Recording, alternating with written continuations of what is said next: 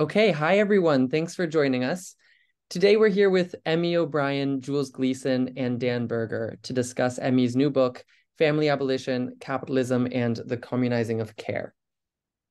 Emmy is the editor of two magazines, Pinko and Parapraxis, and is also the co-author of the recently published novel, Everything for Everyone, An Oral History of the New York Commune.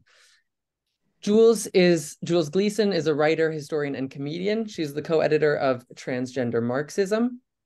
And Dan Berger is associate professor of comparative ethnic studies at the University of Washington at Bothell.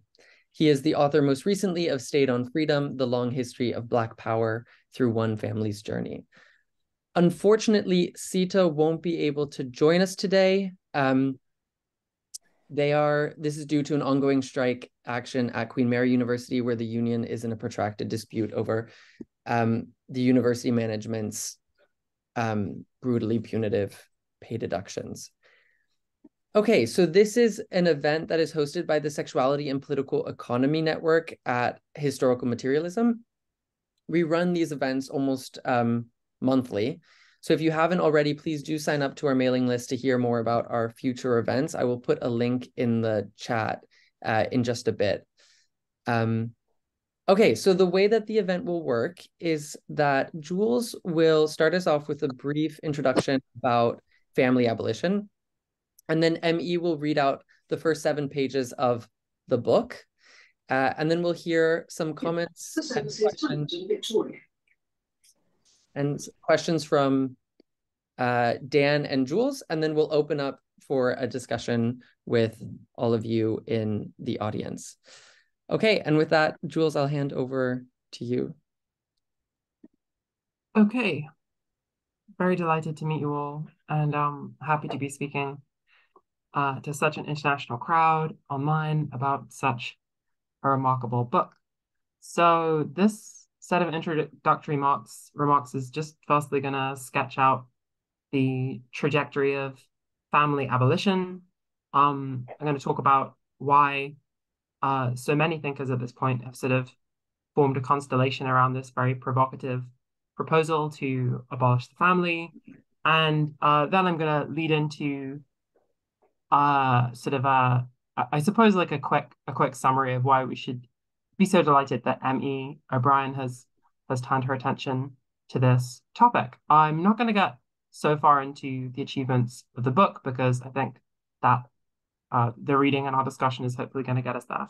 So I'm just hopefully going to provide a little bit of context. So family abolition as a strategy, as a slogan, as a stated intention of the communist movement is fairly well known for dating back to the First International. So this is a proposal which appears in the Communist Manifesto, where it is at this point quite overtly framed as a provocative and disturbing proposal, even for much of the movement that Marx and Engels were both embedded in. But nevertheless, it seems in retrospect quite an obvious point of call or focus of attention, given the distinctive focus which both Marx and Engels had towards what they termed social revolution. So having studied the failures of the French Revolution in quite rigorous terms, as of course we can see, especially in Marx's writings, and having engaged with what was then cutting-edge anthropology. The state of it from today's point of view is another question. In the case of Engels, Marx and Engels had converged around this notion that political revolution, the overturning of regimes, the removal of despots or monarchs, or indeed presidents or premiers, was an insufficient move for anyone who truly wanted to reorder societies in a historical fashion that they were aiming for. So social revolution was the term that they used to sort of emphasize this need for a more thoroughgoing transformation of societies. And in that light, reordering families, abolishing the default bourgeois unit, and producing or moving society through to a new order on that level seemed a sort of intuitive or an obvious proposal to them. So that's the 19th century. But needless to say, family abolition, in the terms which we're talking about it, is a relatively more recently revived tendency or set of arguments.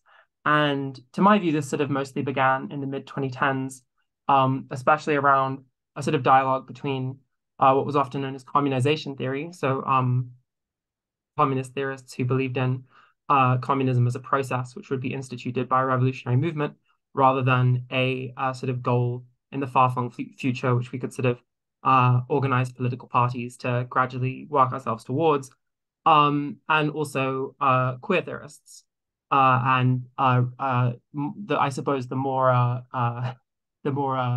revolutionary-minded thinkers in that tendency. I suppose one thing to say about the mid 2010s is at this point, the work which I've become closely associated with, transgender Marxism, transsexual materialism, and other terms like that. This was sort of like at that point relatively underdeveloped. So people would often talk more about queer Marxism, without a very clear idea of what that might look like. And these sort of positions and analyses were sort of still taking shape. So this was when I became involved in family abolition. This is when this is when a sort of revival of the term seemed to begin. And at this point in the mid 2020s, clearly this is a tendency which has developed itself sort of into full flow. So along with Emmy O'Brien's new book, we also have the rather shorter and more sort of popularizing effort by Sophie Lewis. And so overall, there's been, since the mid 2010s, an intensification of interest in this sort of revival of social revolutionary thinking. So I suppose that sort of grounds you a bit in where this term is coming from. But before I pass over to Emmy O'Brien, I suppose I should just make a couple of remarks on why it is so interesting and so exciting that she in particular has turned her attention to it. So even just sticking with their more recently published works, not getting into the extensive kind of countercultural and re-embodiment theory, which he's participated in previously, which maybe is a sort of set of esoteric tendencies I shouldn't even name or get into. If we just look at more recently published work, Emmy O'Brien has really straddled a remarkable number of disciplines, ranging from academic sociology to psychoanalysis, with her work setting up the new, rather anti-family oriented magazine Parapraxis, and a lot of other more personal projects and labors, or the gay communist magazine Pinko, or indeed her work publishing science fiction, also addressing the topic of communism. We can see like a remarkable promiscuity and tendency to bridge across disciplines towards furthering communist theory.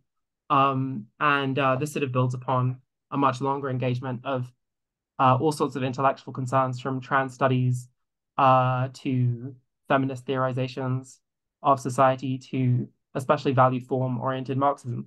So this is why it's rather a delight and rather a privilege to see this kind of like extended engagement with the notion of family abolition, which we see in her new book, which, as those of you who read it will already know, sort of attempts a wide range of tasks, including historical accounting, a much more thoroughgoing version of the sketch, which I introduced to you at the start, concerning Marx and Engels, especially looking at the abandonment of these kind of concerns or orientations in the workers' movement, previously published in endnotes. But then, having done this historical groundwork, should we say, moving on to how we can retain and sort of rearticulate abolitionist stances into the context and for the purposes of the 21st century communist movement. So all this to say, there is a remarkably broad and diverse set of research concerns and methodological interests, which is sort of being brought to bear by Emmy O'Brien in particular, through this book, and that's why I found it truly quite a delightful text to see put out there onto shelves, and I'm sure also PDF folders of the next generation of revolutionaries. So I think that's enough hyping, and I think I'm gonna at this point pass along to Emmy O'Brien herself.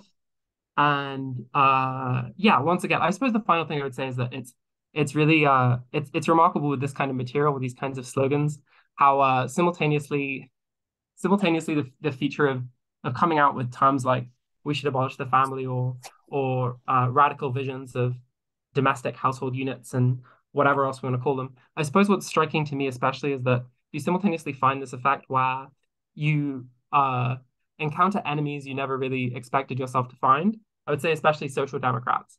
Anyone electorally minded is prone to seeing all of these concerns as sort of distracting, poisonous, even insidious, or I could use some worse terms, but we'll leave it there.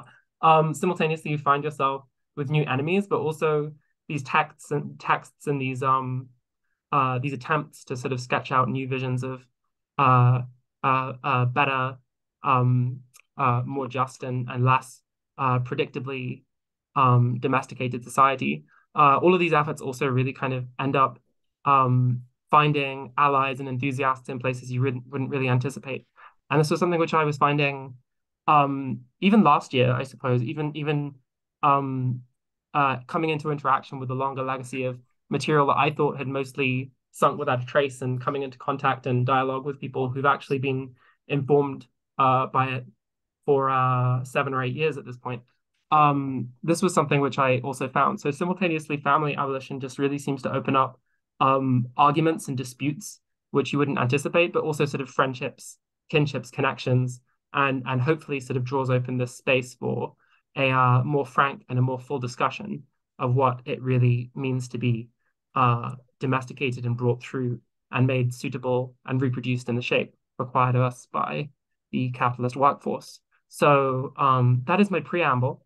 And all this to say, it's really a delight and a joy to be part of this discussion with the three of us. Okay, I'll pass along to the reading. Thank you so much, Jules. That was really a wonderful introduction, and certainly much more flattering than I deserve. I want to make a few acknowledgements. I want to thank Alexander and Historical Materialism Network for organizing the event today. And managing multiple reschedulings that happens because of various disasters and labor actions around the world. I want to acknowledge that labor actions happening, and there are quite a few of them right now, including, of course, the higher education in the UK that CETA is part of, and my own union, the UAW, that I've been a member of for 13 years, of course, is engaging in a historically unprecedented strike in the auto sector in the United States. And I have comrades who are working on that campaign right now. So giving a shout out to them. Both Dan and Jules are very dear, very old friends. Both have been really integral into making this book possible and to supporting this book in the world. Jules referenced the mid-2010s reemergence of family abolition as a discursive field without acknowledging her central, absolutely pivotal role in making that happen with the 2015 essay Kinderkommunismus, which in retrospect, or it's a little hard to appreciate in retrospect how extraordinary its impact was, that there had been almost a complete disappearance of family abolition as a discursive field in any meaningful sense since the mid-1980s, after a century and a half of being a major concept of the left, and that Jules's co-authored essay really sort of reintroduced it and inaugurated this whole space of debate and thinking, and certainly was integral into making my book possible. So there are obviously a lot of ways that one could approach online events. It's almost all little black boxes for us. And so, I thought about trying to summarize the book. I thought about us diving directly into questions and discussion. I thought about trying to give a sort of more independent, freestanding presentation. But in conversation with people who supported or participated in the book tour that I did this summer, where I experimented with different formats, I decided that reading the first 7 pages was the way to go, that it provides a relatively coherent framing. So my apologies to everyone for whatever aesthetic unpleasantness that reading entails. In June 2006, 3,000 police officers attacked a teachers' protest in the Mexican city of Oaxaca. The teachers had been on strike for a month, occupying the central square of the city. The police and teachers battled for hours over the course of the day, leading to over 100 hospitalizations. In the aftermath of the confrontation, hundreds of social movement organizations gathered to form the Asamblea Popular de los Pueblos de Oaxaca, an organization that became the central coordinating body of hundreds of protests and occupations over the course of the coming 7 months. In August, insurgent women seized control of multiple radio stations, going on to use them as communication hubs for the movement. At the end of one radio broadcast of an occupied station, the newscaster concluded transmitting from the Oaxaca commune. Insurgents took up the name, referencing the Paris Commune of 1871. The militants of the Oaxaca commune erected hundreds of barricades throughout the city. They used their barricades to defend their neighborhoods against nightly attacks by police and paramilitaries. Many workers went on strike, living at the barricades full time. Many not on strike went to the barricades when their day's work was done. Insurgents communicated with each other from one barricade to the next using radio and began to identify themselves by the name of their barricade. These barricades became sites of what I call insurgent social reproduction, the transformation of the daily tasks of household labor into means of sustaining militant protest.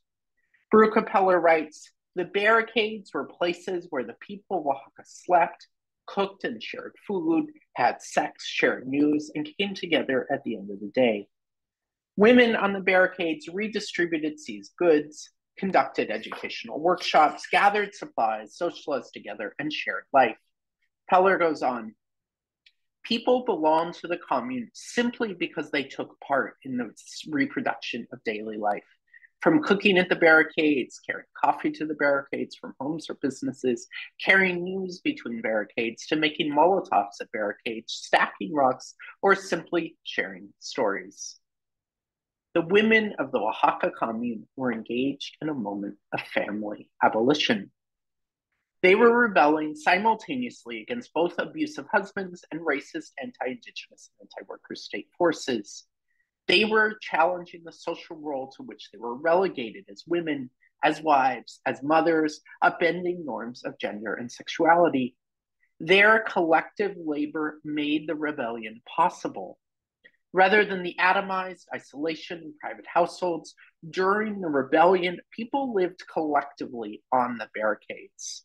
What had been women's work in the home became the daily life of reproducing the insurrection. Through the barricades, the women of the Oaxaca commune created a new collective life that overcame the divisions between private and public. They were refusing the private household as a link in the circuits of racial capitalism. For these women, rejection of the family was not a move towards isolating or abandoning of caretaking relationships. They brought their children with them to the barricades. They were not simply rejecting maternal caretaking, but radically transforming it. They were expanding the care labor of their private homes into a mass insurrectionary movement for the transformation of society as a whole. In creating the collective life of the barricades, they were constituting a new basis for shared social reproduction and shared intimacy. They were transforming the isolation of domestic life into a means of communal revolutionary survival. The women of the Oaxaca commune rebelled against a system of private households, male-dominated kinship arrangements, and a gendered division of labor. All these are dimensions of the family that characterize most people's lives under racial capitalism. Families typically exist as private households in segmented isolation from each other, divided by architecture, resources, public policy, and custom. Each family works separately, helping to reproduce capitalist society from one generation to the next. Families raise children and offer them their first socialization in heteronormative gender norms and labor market discipline. Through maintaining a stable family, individuals gain legitimacy, social acceptance, and respectability. People's kinship arrangements and households are judged by the extent to which they manage to obtain an ideal of the family rooted in a long history of white supremacy and capitalism. Through the Oaxaca commune, women sought to overcome the family form. Their efforts, in turn, made the scale of the mobilization possible. Many popular rebellions share this quality. When large numbers of working class people come into open rebellion, the boundaries of the family begin to break down. The private household gives way to the collective life of shared insurgent social reproduction. Those subjugated within the private family seize the opportunity for new ways of living and loving together. Rather than rigid gender norms, many people begin to care for each other as comrades. Replacing private family kitchens or takeout from local restaurants, people may gather around protest kitchens, canteens, and group meals. Care for children, the injured, and others unable to work becomes a shared concern of collective projects of survival. Family abolition is a horizon of human freedom, one briefly visible on the barricades of the Oaxaca commune. The family is a limit to human emancipation. The family's horrors are vast, its abuse is widespread, its logic coercive. The family is a joy for some, a necessity for most, and a nightmare for far too many. Behind its closed doors, the family is a gamble. Children born into abusive households have little recourse from harmful parents. Those trapped in abusive couple relationships may see their means of escape gradually cut off by manipulative and controlling partners. Those working class adults who wish to be a part of a child's life may be forced into degrees of economic precarity to keep their children fed and cared for, trapping parents further into awful jobs. The family policing system targets poor, Black, Indigenous, and migrant families with new forms of state violence in the name of protecting children, leaving the violence of the white property family form untouched. The family is also a limit to our imagination. Many of us grow up in private households and struggle to envision anything else. We can barely conceive of real alternatives to the family. Shared households are often a necessary survival strategy for proletarians, yet most working class families come under frequent pressure from changing labor market conditions, state policies, and state violence. These pressures make it hard to form and hold together households, but even harder to maintain chosen non-normative living arrangements. Many imagine and pursue a household that is entirely chosen, a radical alternative to the normative family, but attempts at holding such arrangements together often fall apart over decades of the stresses of trying to find and maintain work, to pay rent, to deal with medical emergencies, or to face aging. Others flee shared households altogether, only to find isolation and loneliness. By some variation on the private household, what could possibly provide the care we all so desperately need? The family is also a limit to many mass social movements and revolutionary struggles. Social revolutions that left untouched the tyranny of the home prevented a deeper transformation from extending into everyone's lives. So long as the private household is maintained, no revolutionary process can overcome class society. Many reform protest movements may run into major internal crises when they're forced to grapple with the conflicts and contradictions often relegated to the family. Countless organizations and parties have been destroyed because they were unable to adequately address sexual assault, intimate partner violence, the unequaled gender division of labor, or the demands of child rearing. The family is a limit, and the real movement for collective liberation must abolish it. Family abolition is a fraught phrase. Right-wing critics accuse proponents of family abolition of trying to destroy gender, market relations, and civilization.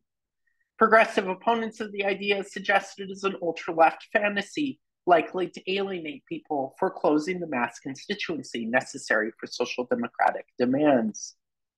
Some astute skeptics of family abolition point out Black, Indigenous, and people of color rely on family relations to survive the racist onslaught of the state.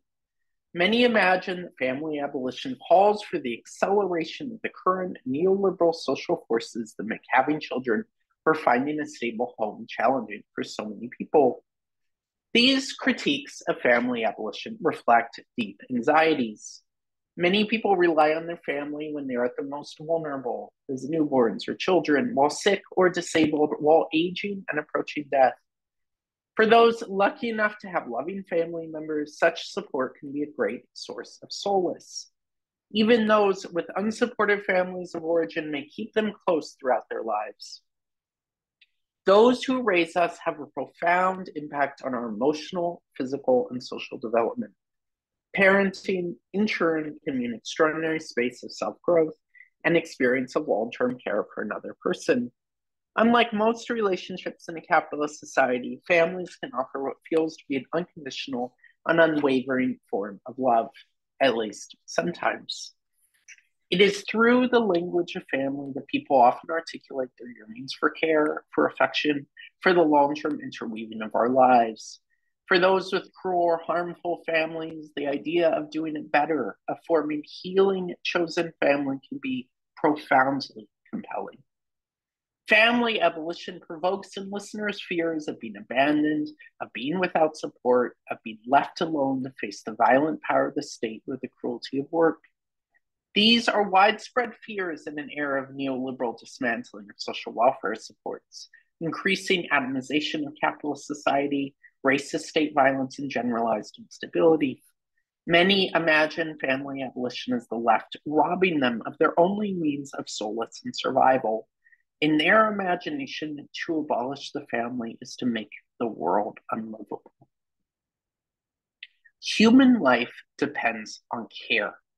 We are all inescapably interdependent.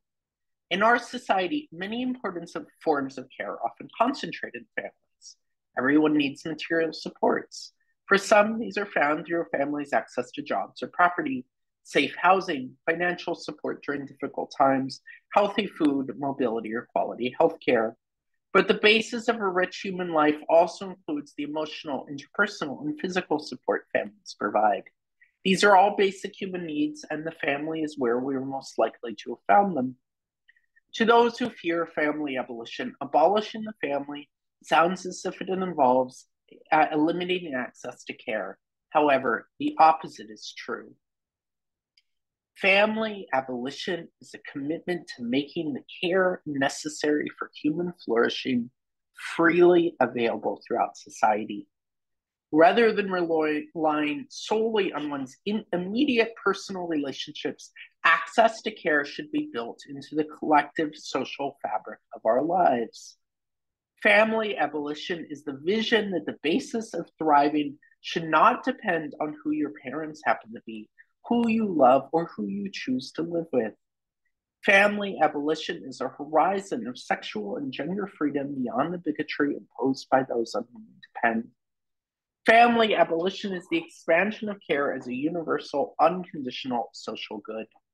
Family abolition is not just the positive assertion of care, but also refusal of the harmful relationships that the family form, harmful relationships of domination that the family form enables. Family abolition is a belief that no child should be trapped by cruel parents. No woman should be afraid of poverty or isolation and leaving of her violent husband.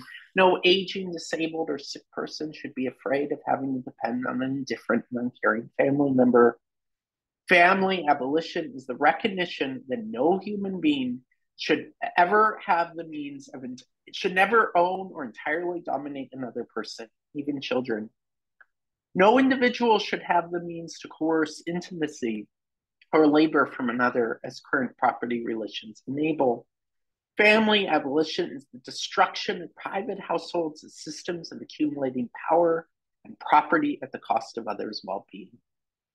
As well as overcoming the private household, family abolition must also be the radical overturning in how society values particular family forms at the expense of others. A long history of white supremacy, heteronormativity, and capitalist property relations have enshrined a particular narrow vision of the family as a basis of an orderly society. Certain family norms are upheld in law, enforced through state violence, and defended in popular culture.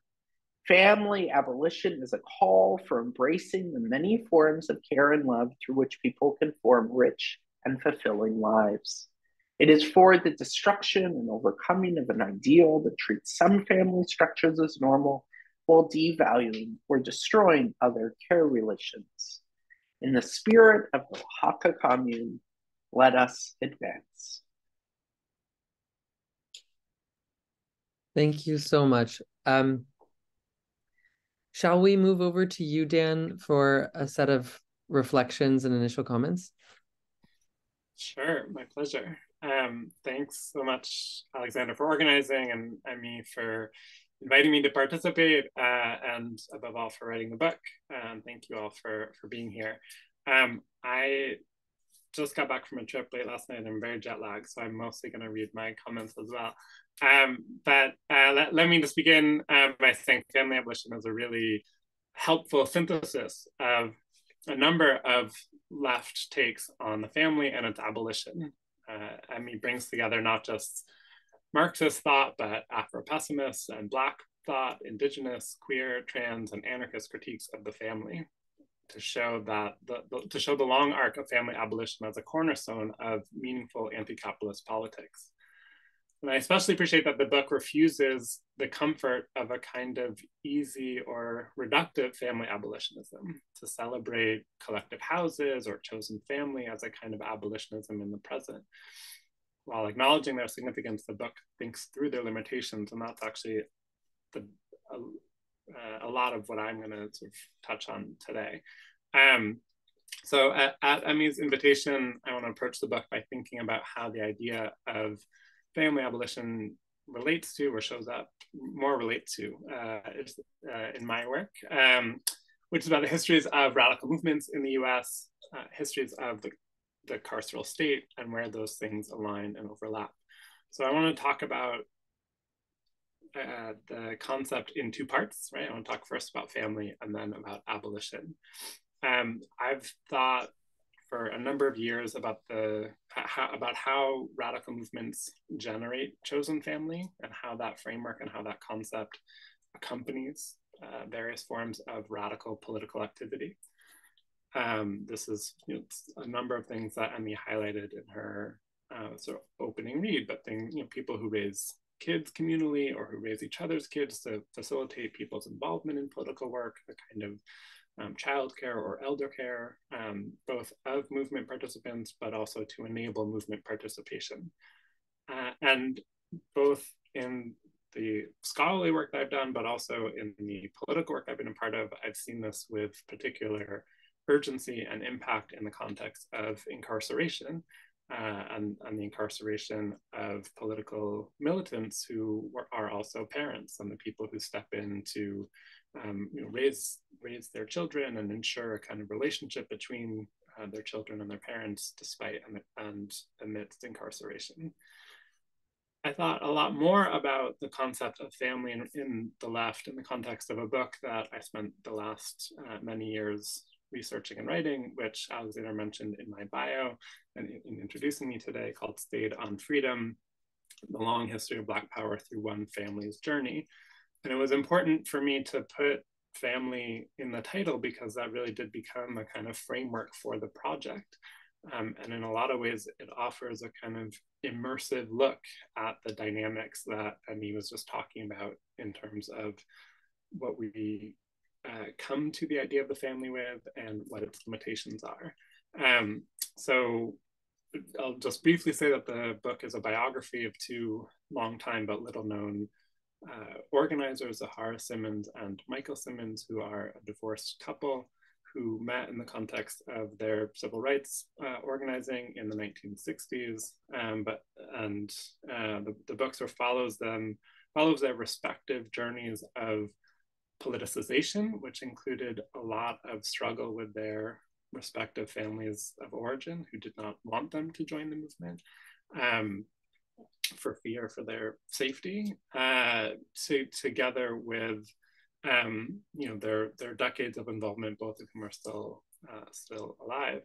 And the idea of family and chosen family was important for me in thinking about that project, not just in terms of their relationship to each other, and they have a daughter, Aisha Simmons, who is a culture worker and activist I'll talk more about in a second, but also to think about the kind of capaciousness of a movement context where these two people were involved in a wider set of organizations and strategic directions and tactical choices than are often assumed when in histories of struggle, right? So we talk about the 60s as this sort of siloed parcel time, or we talk about particular organizations as if they don't exist as part of a larger ecosystem that people move between. And so part of what interested me in doing this story was that this one family brought together so many different tendencies and trends of left-wing activity. And that came to take place within a kind of non-normative family structure. And also the limits of that family structure are very apparent in the project, most glaringly at the sexual abuse that their daughter Aisha experienced as a child at the hands of another family member, and the many years that it took Michael and Zahara to even acknowledge it, much less sort of come to terms with it. And so, I think the book, in a way, I wouldn't say it's takes a position on family abolition, but I think it becomes a study, right, of the limits of family, but also the attachments that many still have to the idea of family, right? It's a sort of meaningful concept, both of a family you're born into, but also the family that you make in the course of struggle. And I think Aisha Simmons has really done some very powerful and amazing work on this in terms of abolitionist responses to child sexual abuse, right? So thinking about how can a family respond, right? So how can we think through the family structure in responding to issues of abuse and violence? So let me leave that there and turn to the second part. I turn to the idea of abolition, and I come into abolition specifically in the context of prison abolition, right? And again, work that I've done both intellectually and politically. And I think prison is another place where we can see talk of chosen family emerge in the context of organizing inside, but also in the kind of inside-outside relationships that sustain people's ability to survive conditions of incarceration. And I think prison offers an opportunity to think through whether a program for family abolition is possible or desirable. And I think the book, Ami's book, really refuses the idea of a program, and I think that's generative, and I want us to maybe think through that together here today. So in my view, prison abolition as a sort of political tradition is a combination of thinking about infrastructure, policy, and revolt or uprisings. So it's a praxis that takes shapes in the context of conditions that are, I am increasingly convinced, a constant state of low intensity warfare. Because of that context, there is an imminent sense of insurrection that is constantly being repressed through the nature of the institution. So we see, I think, can see a kind of prison abolition imminent in the context of its repression, right? In the context of its negation. So many of the demands emerging from carceral spaces is about the desire for increased sociality with other people, right? And that includes the fights against solitary confinement, other forms of isolation, together with, you know, efforts at increased visiting, increased access to things that your loved ones might send you, other kinds of direct and indirect connections that are often narrated as a kind of connection to family, that prison by its very structure separates people from, right? So prison is a place where family is already sort of always already evacuated. And in the context or the process of organizing against the war that is life in prison, incarcerated people form deep bonds of camaraderie and solidarity, both with other imprisoned people and with those of us on the outside. So I want to think through the nature of prison rebellion as it might help us think through family abolition and the kinds of insurgent social reproduction Emmy was talking about. I think the kind of examples, you know, like the Oaxaca rebellion that opens the book, or the 2020 uprising, whose negation continues to define US politics, are dramatic, epic, and definitionally rare. But there are also a kind of rolling series of strikes and protests inside of jails, prisons, and detention centers, including one, you know, not 2 weeks ago at Stillwater Prison in Minnesota in the US, that I think offer us a sense of, you know, urgency, but also revolutionary potential. So I want to just close with a few questions. Should we understand sort of prison organizing as family abolition? Is that a kind of insurgent social reproduction in the way that that you're talking about it in this book? In what ways do or might the landscapes of prison abolition, with a combination of a revolutionary horizon, but also a non-reformist reform orientation to the present, inform family abolition? What connections might we find, hope, or imagine exist between policies that might displace the nuclear family as the primary mode of economic or social organization, radical social movements, and the insurgent social reproduction evident in moments of open rebellion? And lastly, while family abolition might emerge most clearly in those moments of larger breaks from capitalism, how might we understand those smaller breaks from capitalism, evident perhaps in places like these carceral settings? The last thing I'll say is that Emmy was gracious and kind enough to ask me to blurb the book. And one of the things I said is that it was a call to action: come, let us abolish the family together. And that last part was me riffing on a very famous civil rights movement poster that shows sort of three men kneeling in prayer, and it says, come, let us build a new world together. And my strong, fervent hope is that this book continues to offer a useful way for us to think across paradigms and across forms of struggle toward new horizons of change. Thanks. Amazing. Thank you so much, Dan. Jules, do you want to come back in and then we can return to Emmy for some responses? Sorry. Of course, yeah, sure. That was a really wonderful extension of the concept by Dan as well. I had not really thought about this theme in terms of prison rebellion, so maybe we can talk a little bit more about specific uprisings. Oh, whoops. Yeah. Hey, how much of that did you hear? Was I muted for all of it or what? Like the last We heard everything. Oh, cute. Okay. Yeah, I would love to chat more about the prison uprising in specific cases as well. But let's get back to the passage read out. And I can try and reduce my comments down to sort of 3 specific points I wanted to pick up on. I was also one of the people who loved this book, so I'm familiar with the material. In case anyone was wondering, I read it cover to cover before it was released. So this introduction isn't new, but there's 3 things I'm really curious to hear more about. And the first of them is this this use of surges or insurgencies of social reproduction. Perhaps much of our audience is familiar with social reproduction theory already, but for those who are not, this is mostly a tendency in Marxist feminism, although not exclusively, which again sort of resumed or kicked in, I suppose, between 2014 and 2017, let's say. And social reproduction theory, as Michelle's text maybe alludes to, is sort of addressing the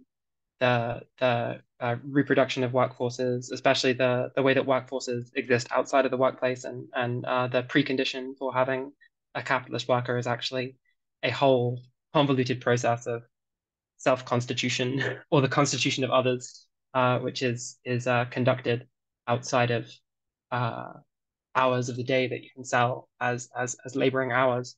So social reproduction theory I could talk about a lot for a while, and certainly in any text by Marx, the word reproduction gets used in about 7 or 8 different ways, which we could get into.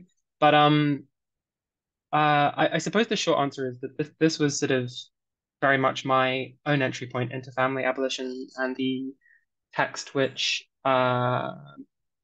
Emmy mentioned, Communismus, was co-written by Kate Doyle Griffiths, who's a Marxist theorist who coined this term crises of social reproduction, that I believe was then picked up by Nancy Fraser and many others. And additionally, other thinkers like Shinji Arusa sort of attempted to make social reproduction and the sort of fraught process, the unclear and the historical contingencies of that process. Thinkers like Arusa and Jill Griffiths sort of made this a central focus of Marxist feminist theorizing. So I suppose I'm interested to hear more about how you want to respond to this, or what you got out of this tendency, and also well, the thing is there's also a lot of Marxist feminists who are not really sold on this term on social reproduction as a focus point, including my own collaborator, Ella Rourke, the co-editor of Transgender Marxism. And I think it's an interesting one. I think personally I've been a little bit more mercurial around my affinities with it, having used it pretty extensively in my earlier published writings, like Transition and Abolition, as a way of understanding subcultural life. That was an incredibly long question. I have 2 more. Should I stop, or should I continue? Because I have 2 more things I want to hone in on. What do you think? I mean,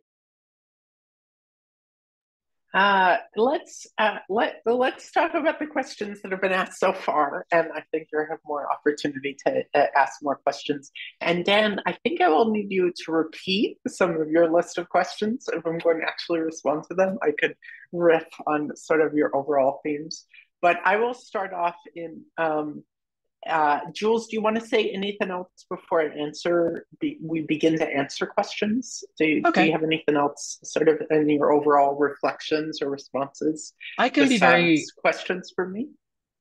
I can be very quick. I suppose the 2 things which I was really struck. Take your time. Say whatever you need to. Am I being too modest? I'm gonna speak for an hour and a half at this point, because that is my right as a speaker. No, I'm gonna just introduce 2. I'm gonna highlight 2 of the things from your text in particular, which I found very interesting. And one is this point of the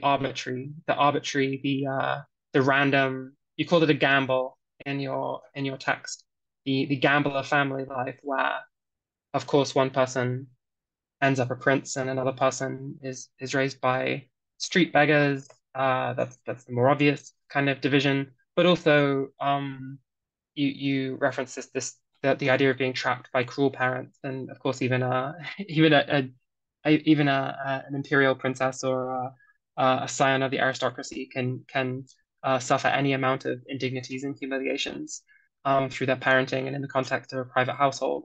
And indeed, much of historical drama, novels, and so on is written about exactly that topic, that families can serve either as an entry point to immiseration, an impoverished existence, but equally can serve as gilded cages. Even the privileges and even the luxuries and fortunes of childhood can come accompanied with a poisoned, intoxicating aspect as well. And I think something which you allude to briefly is this idea of escape and the difficulty of escape. And you list several kind of different countercultural options, including living in isolation and solitude, forming a chosen family, and so on. And there's a lot of different options. And this is also something which we address in Communism, the attempt towards queer households and queer alternative living arrangements and co-parenting and all of these different experimental attempts, which I have no interest to denigrate or denounce or describe as liberal anarchism or anything like that, but which nevertheless, as you mentioned, sort of seem to fail across time. But I suppose an even simpler way of putting it that people can really picture in their heads is, of course, many people with abusive parents um, attempt to escape through much more conventional means. So they either go to the workplace as soon as that's allowed legally, or even earlier. So they leave the household as 16-year-old and they go straight out of the household and into the workforce, or they go off to university and they rack up a large amount of personal debt in most cases and attempt an exit and escape through professionalized training. So I'm sure that this is a predicament or a dilemma that many people listening into this call have faced themselves, that if you do wish to sort of tear yourself free from the private household, it sort of comes at the cost of further and more thoroughgoing immersion in capitalist workforces, one way or another, longer term or shorter term. So that kind of arbitrary feature, I think, is something that the latest round of family abolition has attempted to highlight. I think it's also something which it occurs to me is not really present in very much of the first international incarnation of this theory. So maybe that's a thing to discuss or talk about. And third and finally, I'm not going to speak for an hour and a half, but I'm going to speak for 2 minutes more. This question of envisioning anything else. So this is one of your points, that those who are immersed, those who are plunged into it, who are involved in personal struggles, like, I don't know, trying to fundraise for an aunt's cancer treatment, or attempting to rustle up the funds to leave an abusive household, or simply kind of more mundane and everyday tasks like childcare. When you're plunged into this stuff, the remarkable thing is that it not only becomes hard to imagine escaping your own circumstances, but it also becomes more difficult to imagine society reconfigured any other way.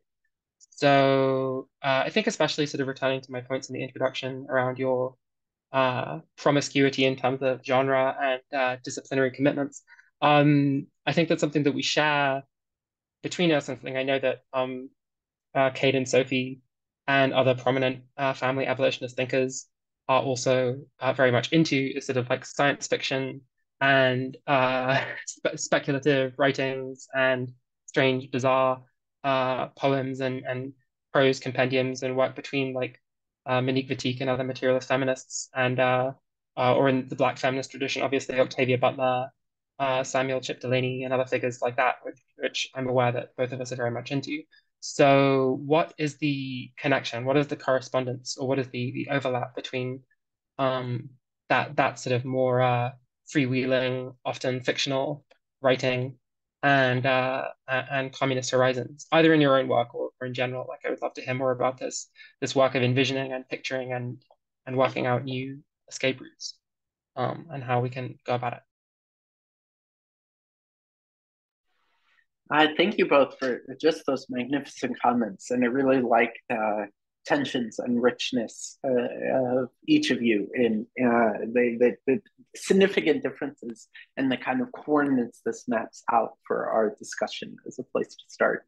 So, Dan, I heard you asking about a few interconnected questions, right? Like, should we understand prison uprisings as forms of insurgent social reproduction and family abolition? Was one sort of an implication that I appreciate was not your focus, about the sort of the overlapping word abolition between family abolition and prison abolition, sort of how to think about the demand for expanded sociality and the reconnection of the family in the context of prisons, and the way that prison abolition really rests on this sort of constant state of warfare and the threat of insurgency.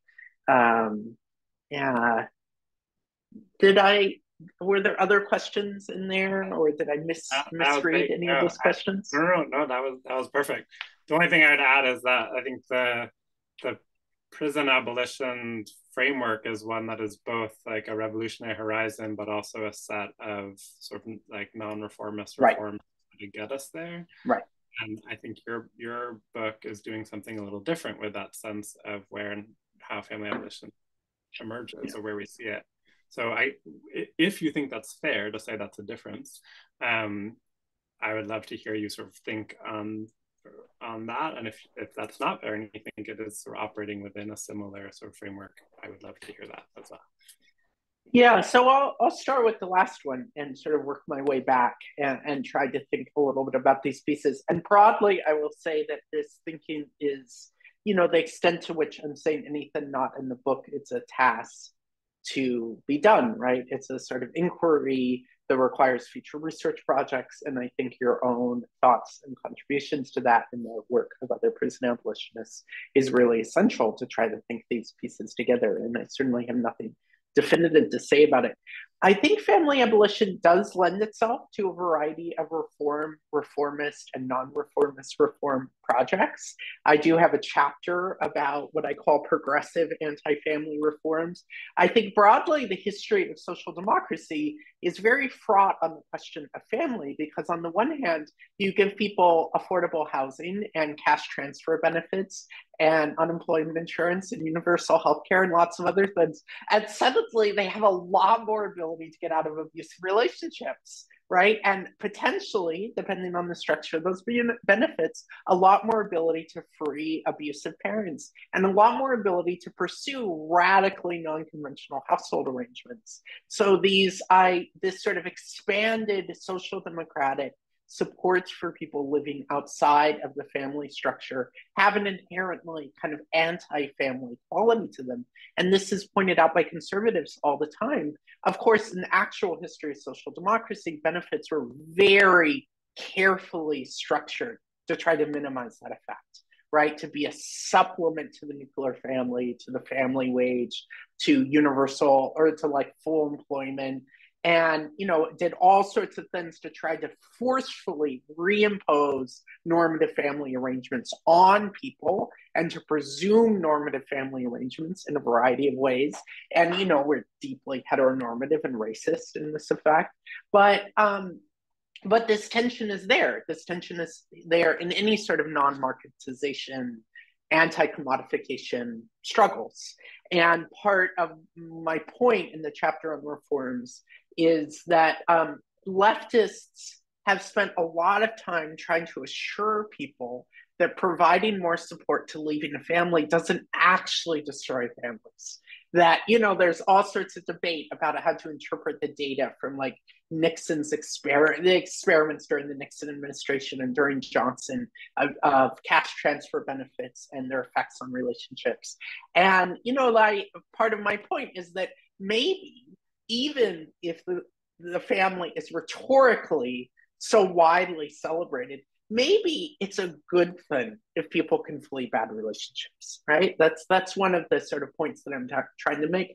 And that suggests this certain kind of tension. So even though these reforms are often understood as pro-family reforms, as helping working families, they can also be equally understood, and conservatives are often the only ones to point this out, as anti-family, as enabling, expanding people's ability to pursue care relationships, household relationships, sexual relationships, and parenting relationships in ways that actually make sense to them and feel right for them, resonate with them, and contribute to what people see as fulfilling lives, whatever that looks like.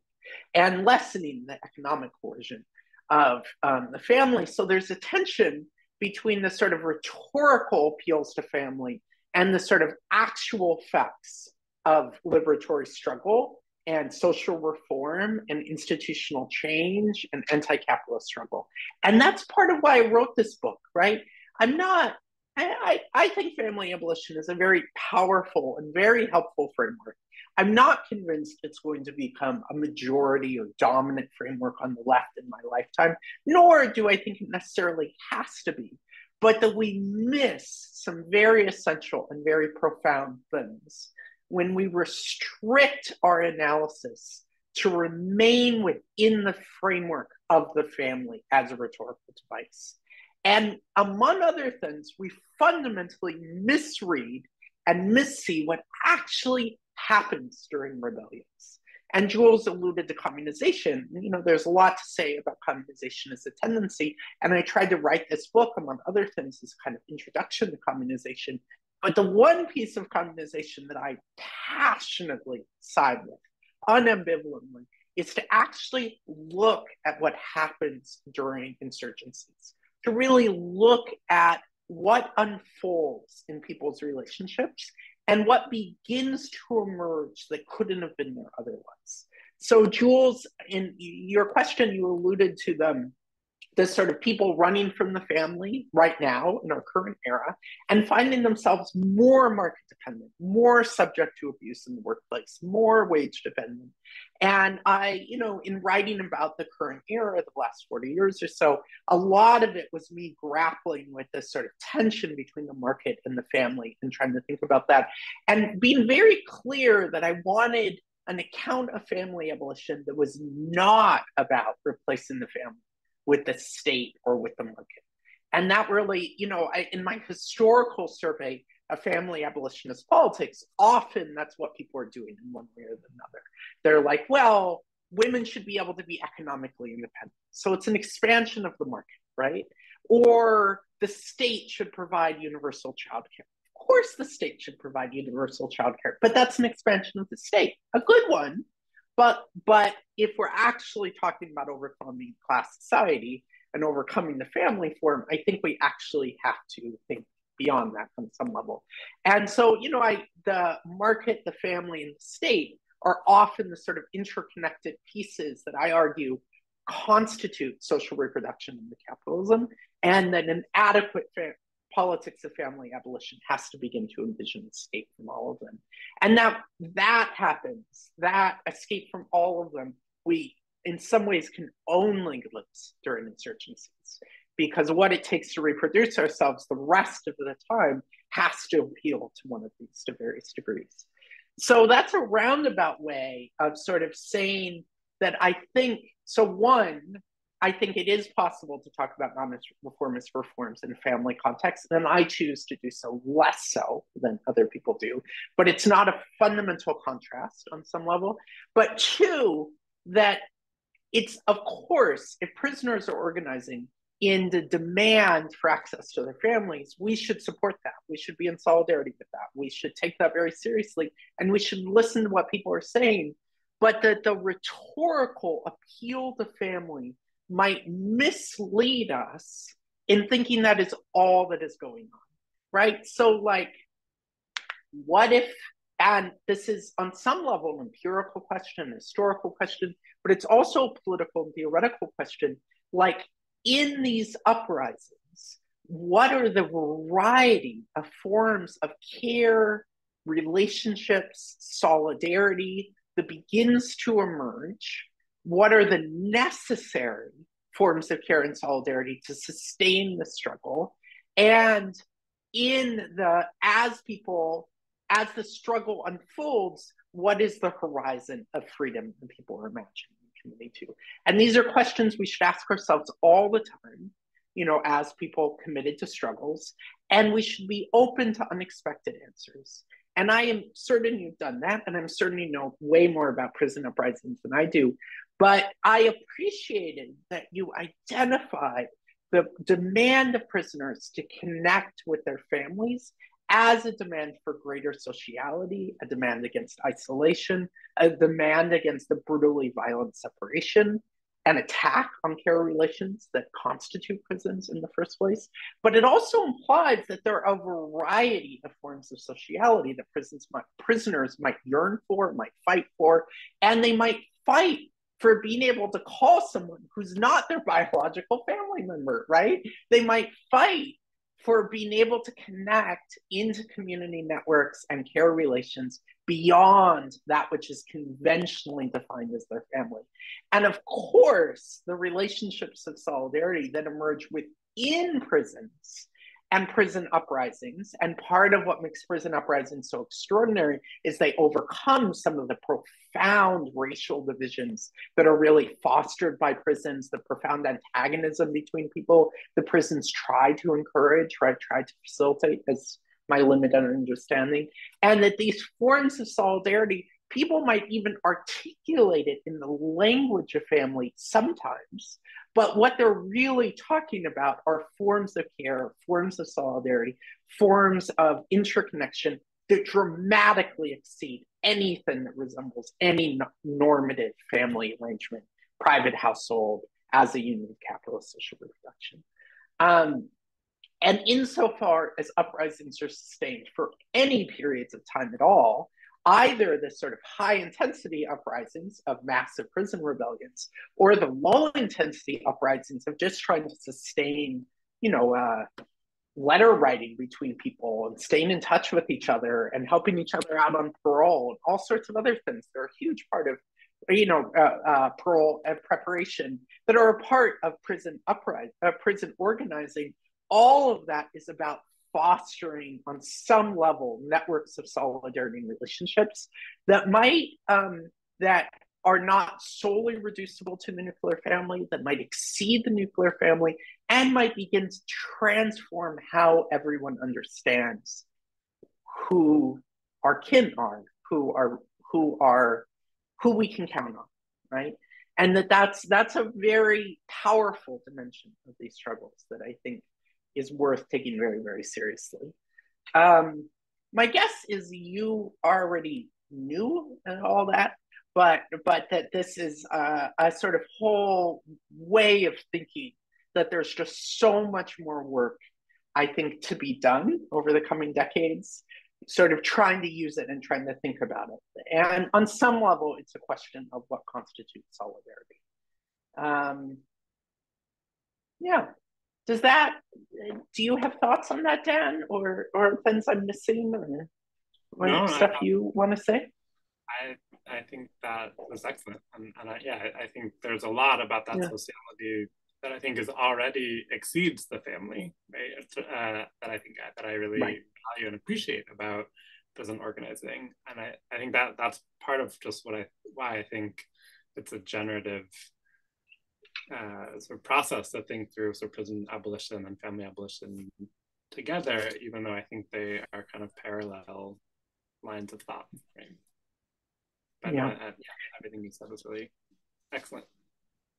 Yeah. Yes. I thank you so much for those questions.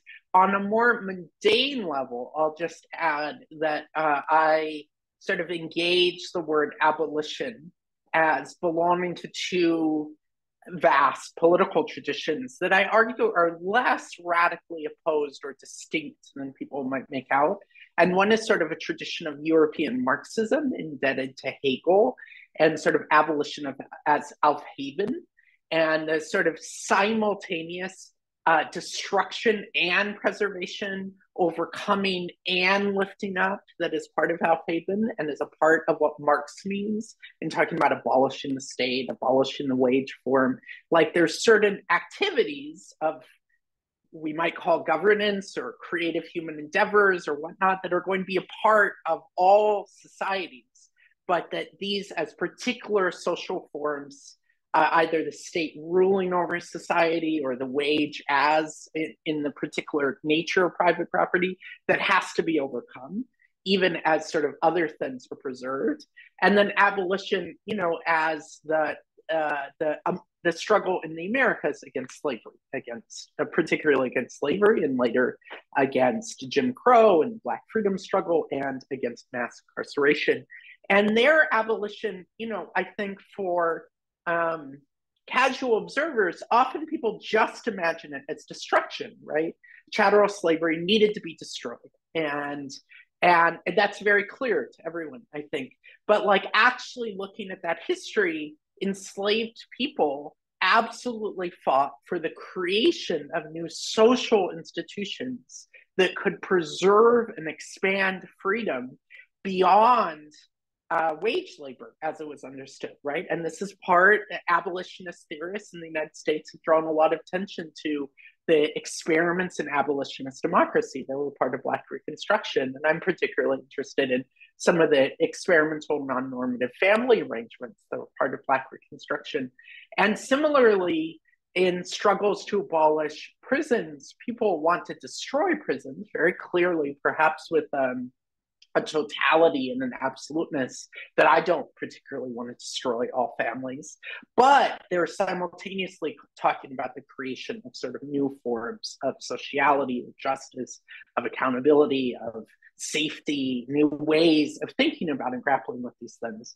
And of course, many important people in the history of the Black freedom struggle have actively engaged Marxism and Hegelian thought in particular, including W.E.B. Du Bois, Martin Luther King Jr., Angela Davis, Ruth Wilson Gilmore. All these figures have an important engagement with Hegelianism on some level or another. But I think ultimately talking about the relationship between prison abolition, family abolition, it's much more productive to think about them as processes and struggles and liberatory horizons that encounter and inform and transform and provide means of understanding each other and are simultaneously at play in certain kinds of struggles than like entirely distinct political traditions or whatnot. If a comparison of Hegelian influences on Marxist revolutionary thought to the Black radical tradition is your idea of a mundane point, then I would love to hear some exotic thinking from you. I love it.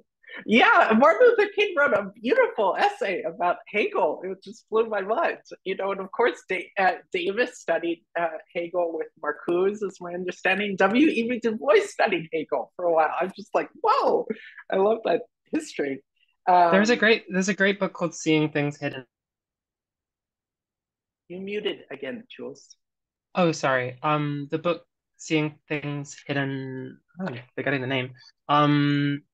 There's an examination of the veiling in W.E.B. Du Bois and its connection to Hegel by Malcolm Bull. If people want to check it out. The title is Seeing Things Hidden. It's really wonderful. So there's been a lot written about it, but yeah, I was just making a witticism about this. It's not sounding very mundane to me, but I'll let you continue. Who knows? Jules, assume knowledge, right? Yeah. You asked questions about social reproduction. So certainly I am indebted to social reproduction as a Marxist feminist framework. I certainly use it extensively. I think social reproduction theories are usually helpful at analyzing the unfolding of gender and sexual relations in historical materialist terms, in terms of the arc of capitalist development as a material totality, and is also helpful in translating sort of thinking about capitalism into the sort of the mundane conditions of our day-to-day lives, the daily character of human life in ways that don't necessarily rely on ideology. That I think ideological analysis is obviously necessary and helpful, but it's a certain kind of dynamism and sloppiness and confusion to it that I think we need it. And there are moments where if we can explain something without solely relying on ideology, that can be very helpful in my estimation. And so I find social reproduction theory very, very useful. And as somebody, who has been very interested for a long time in sort of changing gender and sexual roles in the history of capitalism, I think social reproduction theory, in terms of looking at the household and who's excluded from the household and things like that, is a very, very good place to start and looking at the changing role of the household over the history of capitalism. And I try to provide an accessible introduction to some elements of social reproduction theory for new readers that might need it. I think social reproduction theory has many limits, and one limit is it hasn't engaged so much in the question of exclusion. Right? So like, what about all the people who are slated to die, right? Like, what about all the people for whom the state and the market have no concern about their reproduction at all, and who have to turn to, the entire category of surplus populations as it's understood by Marx, and all sorts of the strategies of sort of criminality and desperation and hustle that become a part of so many people's lives. And I think, there are elements of that, the kind of gratuitous, extreme character of social violence against surplus populations. And in some ways, Afro-pessimism has done a lot more to talk about than social reproduction. But I think social reproduction theory lends itself on some level to zeroing in on the forms of social reproduction that are most clearly embedded within capitalist reproduction. So those are like wage workers in reproductive industries and households, right? Private households. And part of social reproduction is the proliferation of people that are excluded from one or both of those, who are excluded from formal employment and excluded from the household. And that those forms of exclusion need to be dialectically thought alongside the household. So in other words, we need to bring queer Marxism into dialogue with social reproduction theory. We need to bring Afro-pessimism into dialogue with social reproduction theory and think about them as a part of a shared totality. And I think broadly, the Black radical tradition has done that more than most, but I tried in this book simultaneously to have it as a history of the household, of the working class household and its changing role in racial capitalism, and the history of those excluded from the household, thinking about chattel slavery and the natal alienation, which is such a major part of slavery, or in my mind, a really integral part of understanding family politics, slavery, but like has been primarily analyzed by Afro-pessimists, among others, which is really striking, and thinking about the family politics of settler colonialism and anti-indigenous genocide, thinking about the family politics of the exclusions around sex work and queers. And particularly, my book is very interested, sort of in one historical pivot, of this moment that I argue of a kind of producing of the split between like excluded lumpen, the kind of poor, excluded from the new constitution of a respectable socialist that like was not a split that had really taken shape when Marx and Engels were writing. Like what they meant by lumpen is a much more dynamic and blurry category in many ways. While by the end of the 19th century, it really was like people that were not allowed to join socialist organizations, among other things, right? Like people who are really, rather than being an overall trend inflicting on working class life of intensifying precarity and fragmentation, instead you get the sort of constitution of a respectable workers movement. And that's part of how I understand the thesis of the workers movement and whatnot. And so that's a little bit of how I kind of read the history around thinking about social reproduction in the history of capitalism. And then I also thinking about its future really differently, insurgent social reproduction. So although I think there is a substantial tendency of queers, feminists, communization people who are very interested in what happens during uprisings, I think actually social reproduction theorists have talked remarkably little, from what I've seen, about how social reproduction happens actually within social movements. There's some work, certainly, but one of the contributions that I hope my book ends up making is helping draw attention to the forms of social reproduction that are inherent to the circuits of capitalist society, the state, the family, and the market, that in order to form and sustain themselves and challenge anything, rebellions have to confront on some level aspects of all three, right? You can't just be dependent on rich people paying everyone involved, right? You can't just be dependent on state-approved legality, and you can't just be dependent on the nuclear household. That the nuclear household is actually very poorly suited to sustain protest.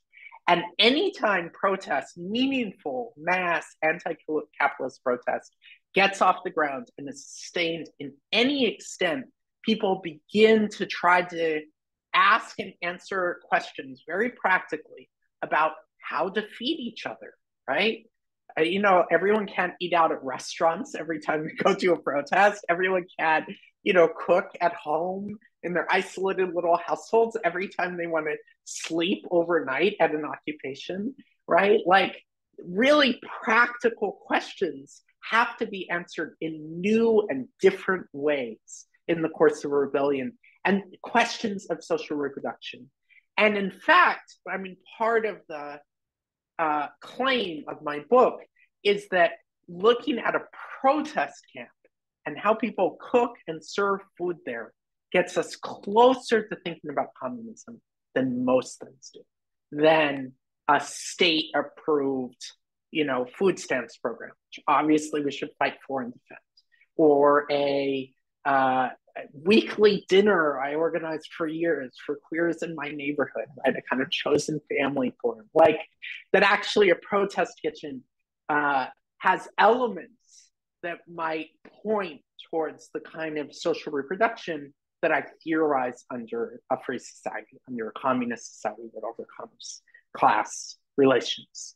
And so trying to move social reproduction theory to thinking about protest and thinking about revolution.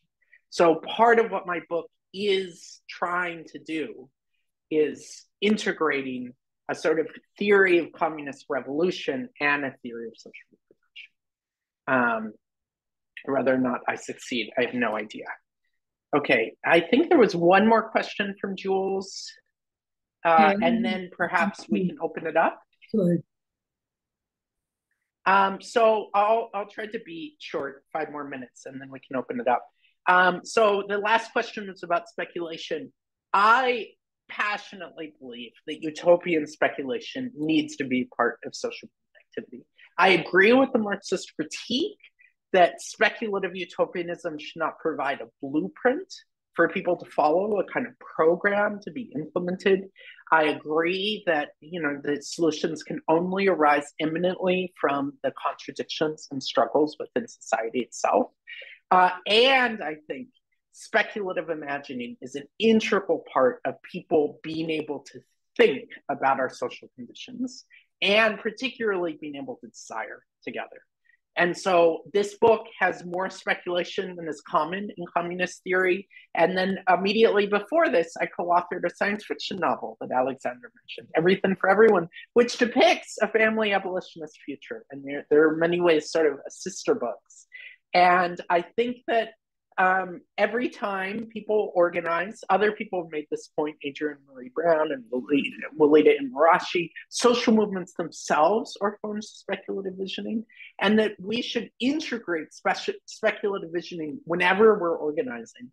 That when we issue a demand, we're implying a horizon of what the world might look like if that demand were met, right? And some demands, like defund or abolish the police, have really extraordinary horizons that are worth remembering and thinking, that are worth fleshing out and having opportunities for people to imagine together. And so that I think in organizing, we should be frequently having the opportunity to ask ourselves and to answer, what do we imagine the world would look like if we won this, if we won this struggle, if we won all these struggles, and giving people a chance to think about that, which is giving us a chance to desire. And I take that very, very seriously as a sort of movement activity in the present. Okay. I've got a very swift set of responses to your responses, if that's all right. Before we go to questions, is that okay? Yeah. I suppose there's 2 things we obviously agree about, which I want to recap, and then there's one thing I think we disagree about. And I think the disagreement, maybe we can have that discussion at another point.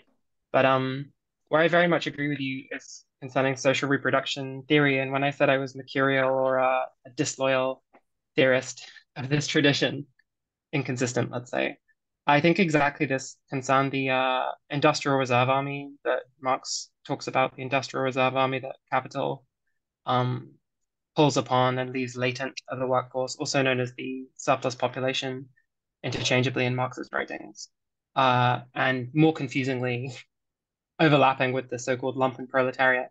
The lack of attention to that section of society in much of social reproduction theory, and also its non-responsiveness to queer critiques in many cases, is something which has long troubled me. I know that Amy Diab has a book coming out entitled Anti-Social Reproduction that sort of pulls upon this point especially. Anti-social, of course, being a reference to contemporary current trends in queer theory around anti-sociality and the antisocial focus of queer life. So I totally agree with you there, and that is the main reason I'm hesitant to describe myself as a social reproduction theorist these days. I could not agree with you more.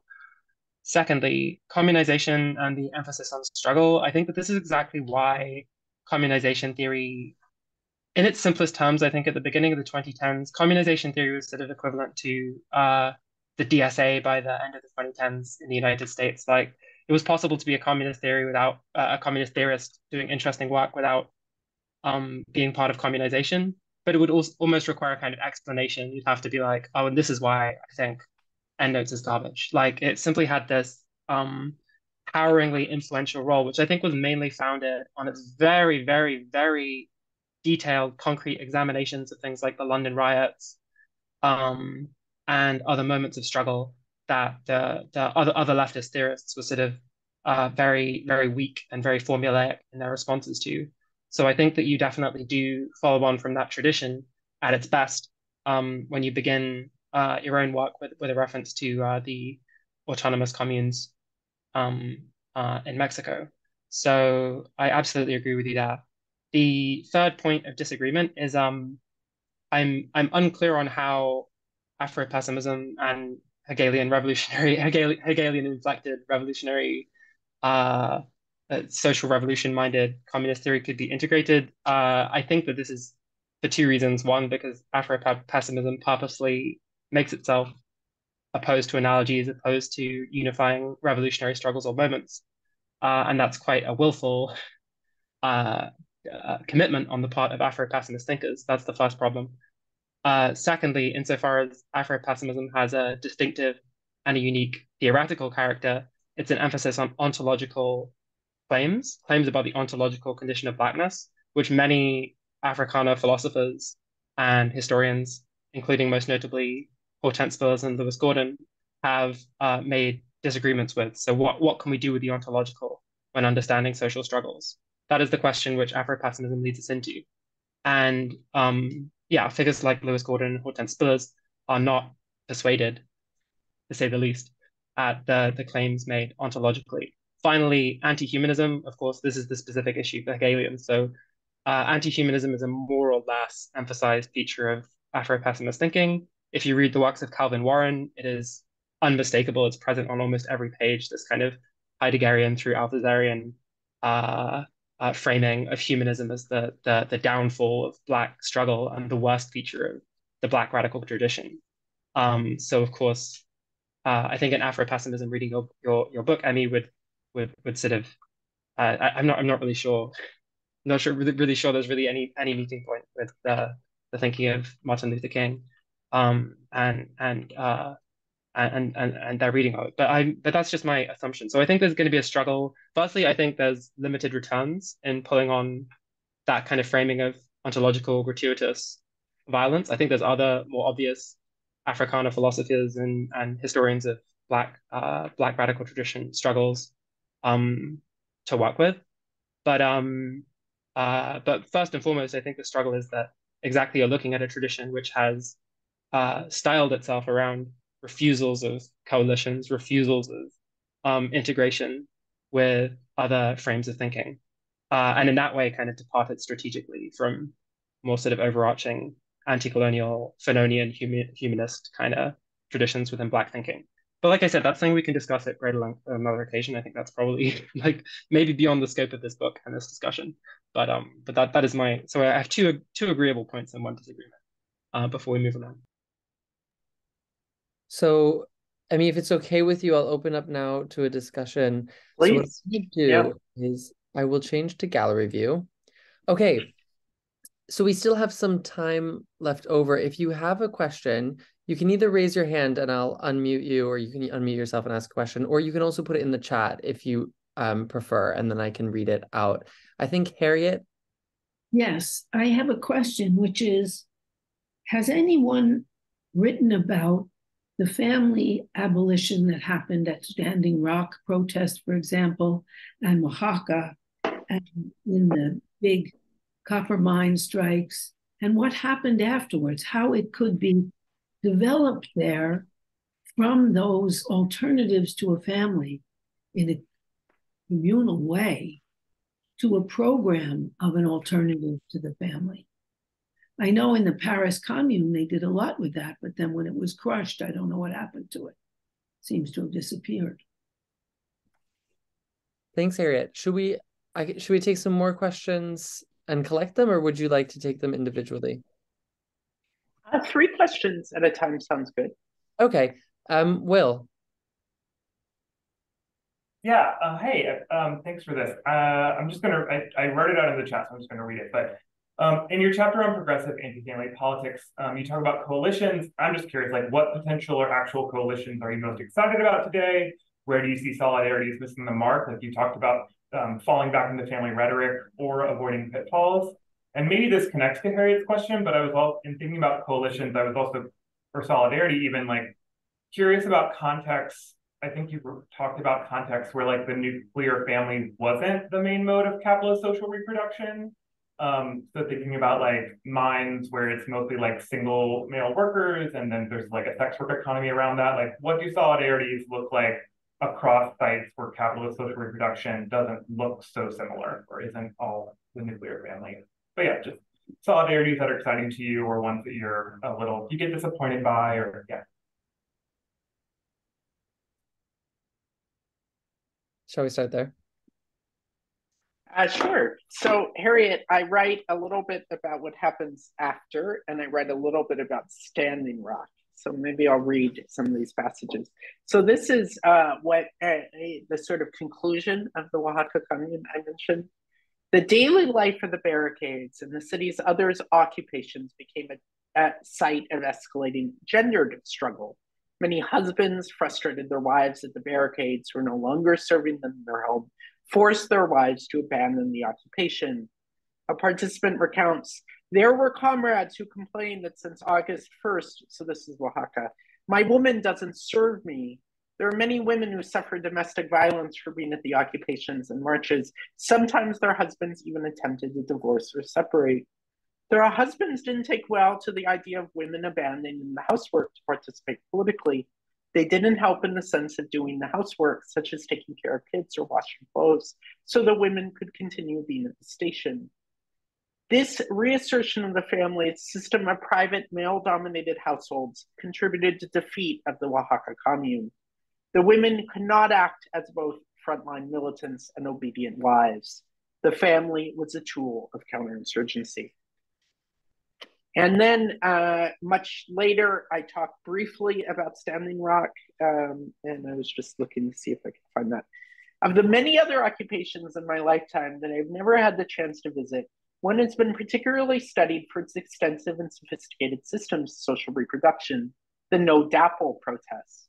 Over 10,000 protesters, led by members of the Standing Rock Nation, encamped for months in 2016 to stop the construction of the Dakota Access Pipeline and the further threats against fresh water, the climate, and indigenous survival. Activists would lock down construction equipment and barricade roads throughout the day. The life of the camp sustained the protests, a massive cooking and eating operation, collective discussions, sleeping accommodations in tents, political education for children through the Defenders of the Water School, conflict resolution, all the elements of domestic life remade collectively in the reproduction protests. Extended blockades by the Wet'suwet'en against gas and pipelines and unceded territory in Western Canada continue to the present. The other component to your question was about what about churning these into a program that could be sustained, and that you will probably have to ask someone else.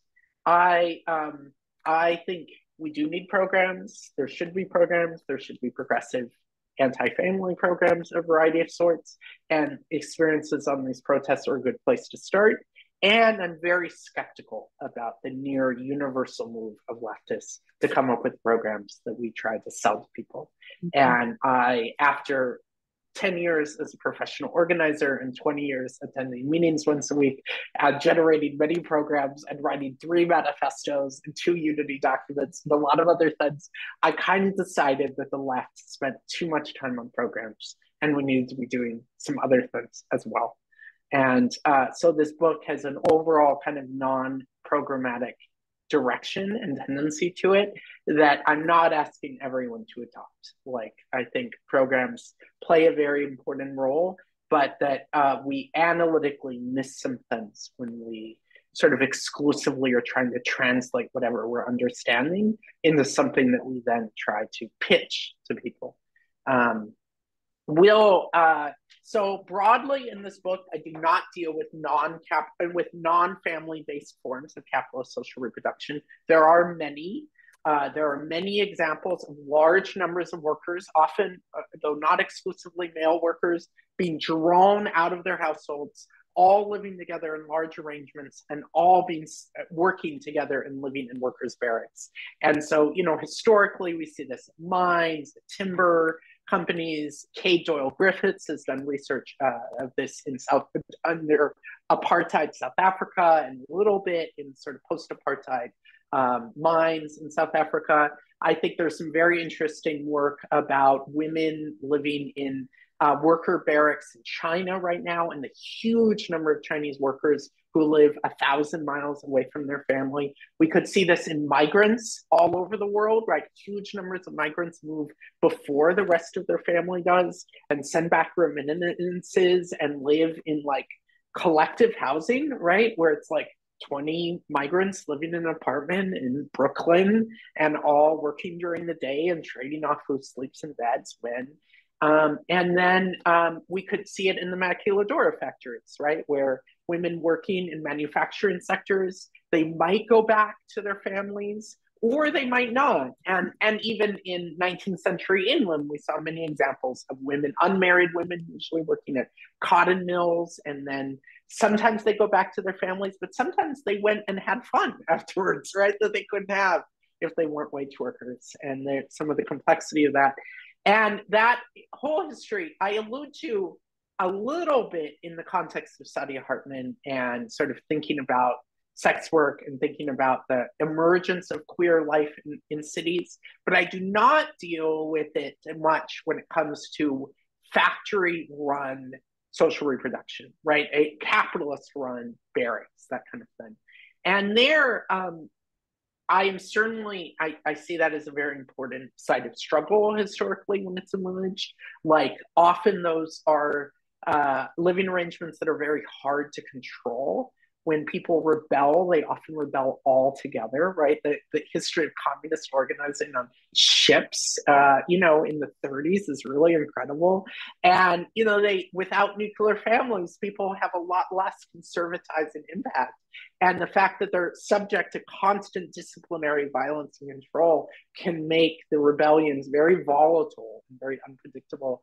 It's such a small percentage of the workforce, though. And so many people who do that are really planning to move back to their families after the season is over, after the year is over, after they've made enough money. And they might not get to move back with their families. Like, I don't know how many Mexican immigrants living in New York City are going to be able to fulfill their dream of buying some land and being a semi-peasantry with their families ever again. But like, the imagination is very much back with the family in many ways. And I think we need more scholarship, particularly empirical scholarship, about the kind of logic of care, social reproduction, rebellion, the fantasy of the family, the persistence of that fantasy as it plays out in all these different kinds of contexts. And I, at best, only allude to them. But I think a family abolitionist framework is certainly helpful for trying to think about them practically. In terms of practical coalitions, so I opened the chapter to talking about coalitions, thinking about the Beyond Marriage movement and Kathy Cohen's really influential essay arguing for a kind of potential for coalition between welfare mothers and queers in challenging kind of normative marriage politics. And that was a coalition that never quite came together, right? There's a lot of mitigating forces, including racism by white queers, that have made that very challenging. And frankly, the destruction of the welfare rights movement in a kind of a sustained way that happened following welfare reform. But in any case, I think the potential is there. And I think we need to sort of always be on the lookout for it and always be attentive when it begins to emerge, that there are so many people that are either screwed over, that are oppressed by being forced to remain within their families in order to meet their basic material survival needs, or have care relations that are pathologized or demonized or ignored or dismissed by the state, and because of that are excluded from various kinds of social benefits. And so, you know, really obvious ones are all sorts of people living with many kinds of disabilities, trans and queer children, children in general, one might argue, people in abusive relationships, migrants, the history of Black Americans is one that I'm really committed to and trying to think about in the book, the history of Indigenous struggle. And there are many, many moments where multiple constituencies are being oppressed by either the legal regulation of the families or the material necessity of the family. And that an anti-family or a family abolitionist or family critical lens could open up space for beginning to thinking about these alliances really differently than we do now. So a dissatisfying answer. So we have time for one more round of questions if there are any.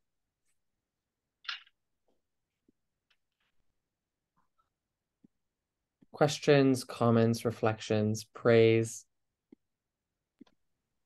I hate to be disagreeable once again, but actually on the question of programmatic writing, one of my favorite abolitionist pieces, I think one of the most accessible ones I've read, is actually by Emmy O'Brien. That's entitled 6 Steps to Abolish the Family. So if you want to read some programmatic writing, it's out there. And it's written by It's absurd, it's programmatism. And that the first step requires a global communist insurrection. That's the easy part, right? Proceed from there, right? So I think, yes, if we are in the context of a global communist insurrection, I have all sorts of proposals about what we should do and take seriously. But how we get to that is the thing that no one currently knows. And I'm suspicious of the extent to which either programs presume the absence of an insurrection or presume the ability of the writer to engineer something like that, to make it happen. And those are the two pieces I'm very critical of, right? A politics that truncates our political horizon to only the pragmatic, or a politics that thinks we know how to get to a revolutionary conjuncture. And I think there were politics in the past that had a plausible claim to being able to get to a revolutionary conjuncture, and they no longer do. And now we need to come up together with a new way of getting there. And the leftist writing programs sort of presumes that we've already figured it out. That's my critique. But I think we should speculate, and we should imagine, and we should envision, and 6 Steps to Abolishing the Family is a sort of speculative form written as a kind of tongue-in-cheek programmatism in some ways. I think the global communist insurrection is going to happen any day now. I'm still pretty confident of that. So when it happens, we're ready with this. Well, in my book, it happens after my novel. It happens many decades of capitalist crisis. They get much worse than what we have now. So hopefully you are the right one in our disagreements. We're going to see. Can't wait. Yeah. Well, Althusser talked about the 3 most destructive forces that teach people to discipline themselves and submit from the inside out: the family, religion, and authoritarian education. And so I think if the left could include in its program that it has to change the way work is organized into a more cooperative fashion, and it has to change the way social reproduction is organized, that would be a start. There's some wonderful Althusserian writing against the family as a form of ideological discipline and ideological indoctrination and ideological reproduction. And I don't engage that much in my book. I use a really different political framework, but I think it's very clear we need something like that. We need research like that to continue in the present, and that it is something to offer many currents at the left, including those coming up with programs. Yeah, he has that short essay, which is so great, called Ideological State Apparatuses: The Family, Religion, and authoritarian education as means for people to humiliate themselves before the state and cops even get to them, which is really helpful for this. Would you like either Dan, Jules, or Emmy, do you have any closing remarks before we wrap up? No? I suppose on the topic of Althusser, personally speaking, yeah, kinder communism was sort of my way of coping with an Althusserian hangover. Like I used to be a very committed anti-humanist, and I feel like I've recovered from that with time, although perhaps I still have traces so that is my own personal story but I don't really want to get into that to close with. I suppose I just yeah maybe that's a detour right at the end. I'll respond to your comments, Jules, about Afro-pessimism. I am a humanist at heart, and I'm a Hegelian at heart. And I have a lot to say about both. And I'm, clearly, I think, not committed to the anti-humanism or the ontological claims of Afro-pessimism.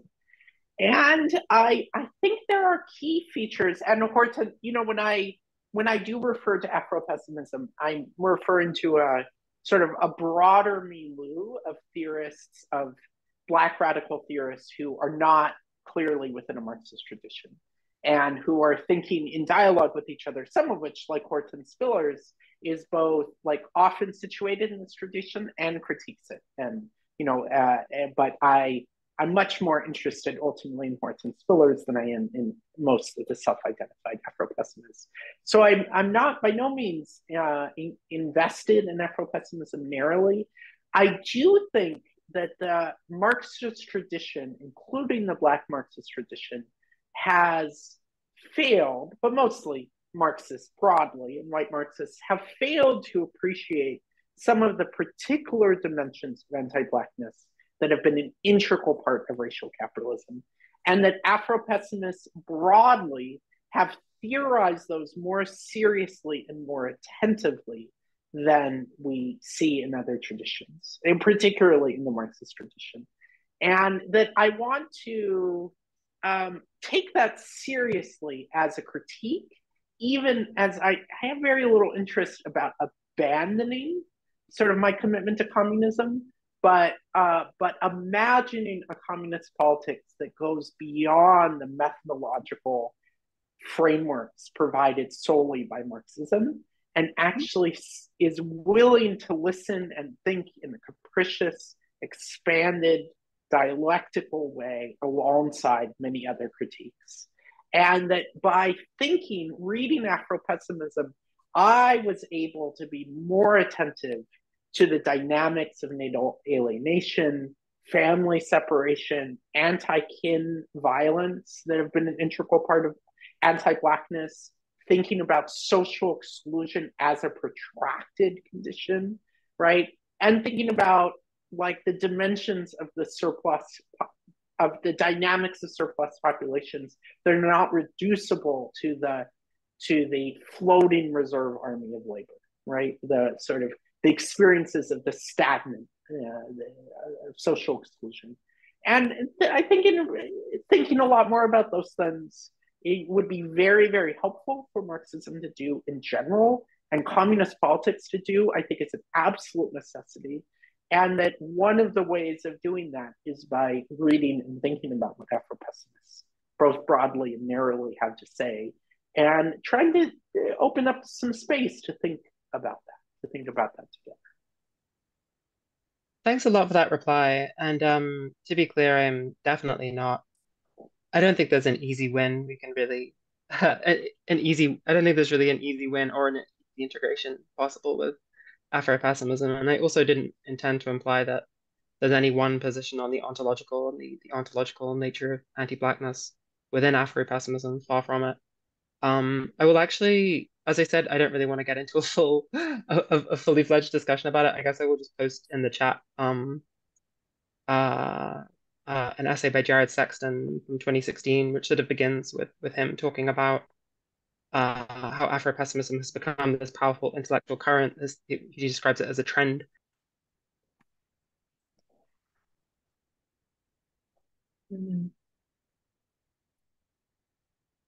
Can't hear you anymore. Hey, okay, sorry. So I think the point with the ontological is something which we have a variety of different stances on within Afro-pessimism, but clearly this becomes the battleground. Like ontology becomes the frame for understanding anti-blackness, and I feel like I'm not convinced. I think that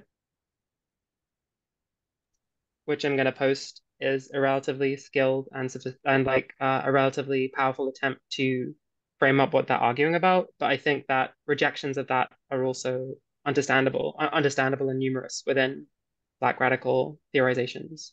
So I think I would just kind of post this sextant essay that I'm talking about,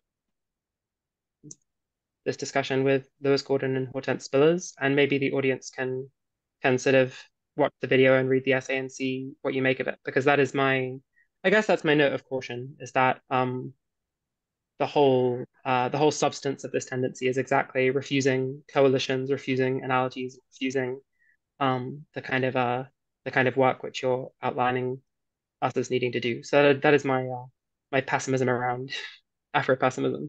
But yeah, the essay is called Afro-pessimism, the unclear word by Jared Sexton, and the YouTube discussion is called Afro-pessimism and its others. So if you lose the chat for some reason, then you can check those out. But yeah, like I say, it's definitely not. I'm not arguing for any trite dismissal or any any singular move that we can do to sort of sidestep these discussions. That's my final note. Great, thanks. I think we'll wrap up there because it's been almost 2 hours, but please join me in thanking Emmy O'Brien, Jules Gleeson, and Dan Berger for what was really a fantastic discussion.